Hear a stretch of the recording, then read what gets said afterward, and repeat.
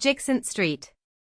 In the empire of Atiluya, which means light, this street was the darkest and dirtiest. A place where the poorest people gather, those who have nothing left to lose, the true bottom of life. Therefore, it was not strange that he was given a name that means darkness itself. Even compared to the narrow corner by the market where Fenric and Hannah had lived as children as beggars, Jixint Street was more dangerous, more filthy.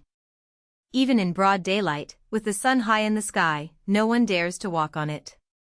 The people on Jackson Street were living a life of their own. They have their own laws and their own system.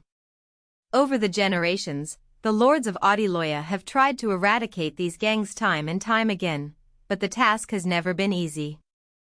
Whoever reaches the bottom of humanity must return here like insects, no matter how expelled or removed they are.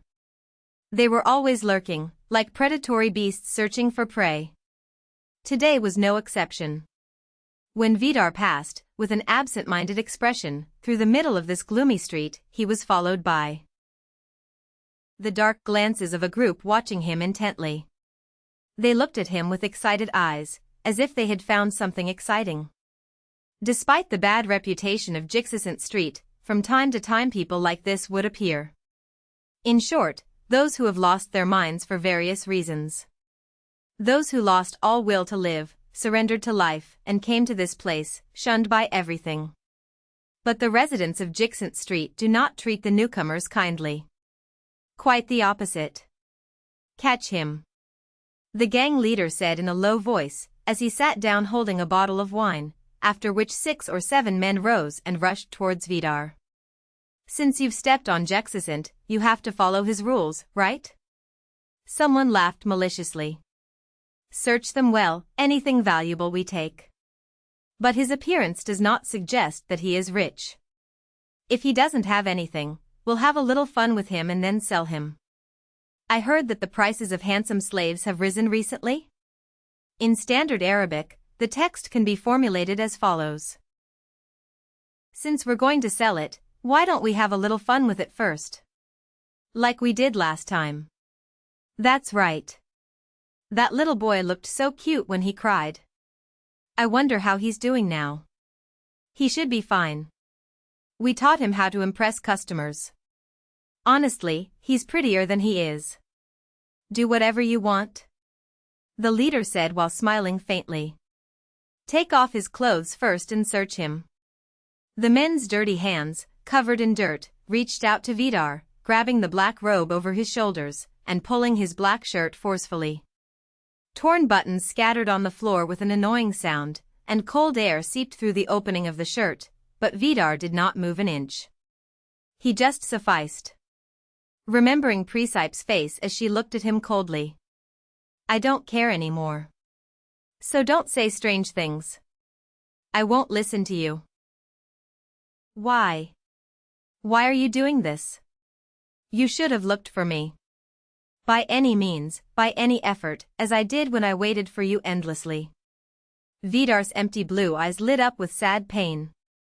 He looked scared, he froze like that. What do I care?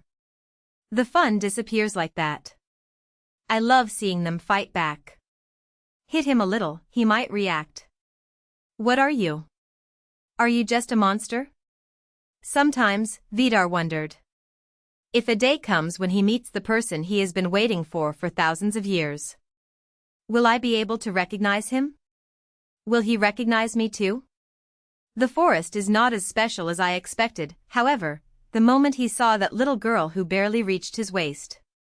He knew immediately, it was her. But Presepe, it wasn't. She never recognized him. He is the one who broke the church statue so that you would not recognize his face, and he is the one who hid the screens of loyalty, and he is the one who hid his identity. But still, a strange feeling you have. He felt betrayed. He felt angry.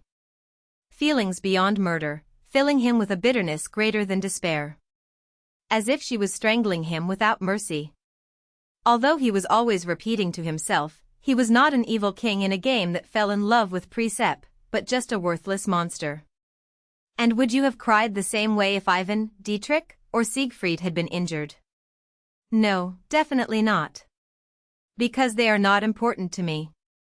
Duke Fenric is different. Even this, he did not understand. What distinguishes Fenric from other male characters? Just like them, he was subject to the system and he was obsessed with Presepe.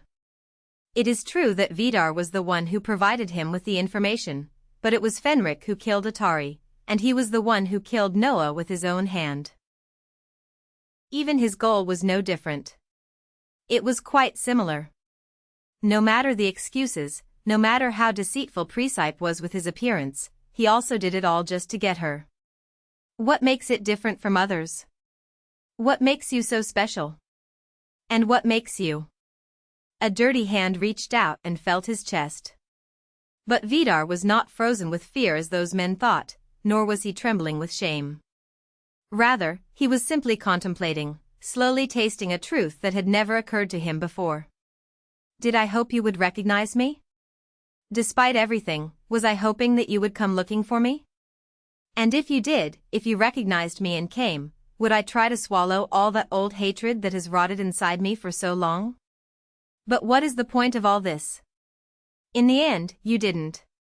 You didn't even try to experience half the pain I experienced while I was eagerly anticipating and waiting for you without stopping. You simply abandoned me, as if you were disposing of garbage. You gave up my existence. You abandoned me. At least slap him. He's clearly frozen like this, and there's no sense of fun in him. Calm down. If we leave scratches on it, we won't sell it for a good price.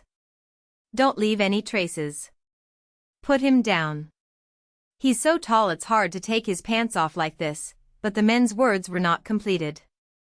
Instead, a sickening sound as if something had suddenly exploded filled the narrow, dirty alley. Reflected above Vidar's blue eyes, devoid of any hope, were the corpses of men who had died in an instant after their heads had exploded. Vidar, his entire body stained with foul blood, began to step over the red puddles without batting an eyelid. Then think, all of this is only because of the values programmed into my personality. This annoying feeling is only caused by these prior data. It will be gone soon. I'll be fine, this is not my real feeling. Vidar had no intention of confessing his true feelings. He's already gone too far down the road he's taken. However, he could see clearly in his mind, her crying, sad face, holding Fenric's hand tightly. Her face is pained by Ivan's magic, but she insists, tearfully, I will not do what you want. A harsh cold wind blew over Vidar's blood-covered body. Under the dim moonlight, his blue eyes still shine sadly, empty, but his steps did not stop. It didn't take long for him to stop. At the end of another alley in the dark neighborhood of Sexant. In front of a magical barrier, blocking the view from the eyes. On the other side of the barrier, Ivan sat, his back pressed against the wall, also covered in blood, panting with bated breaths, looking at Vidar towering above him. Then, after a few moments, he muttered in a low voice, "Courier, help me. Please." It was as if Ivan's shrieking and dying voice overlapped at that moment with the voice of Presepe as she screamed in pain. Vidar's blue eyes, with Ivan's image reflected in them, glowed with a fierce gleam.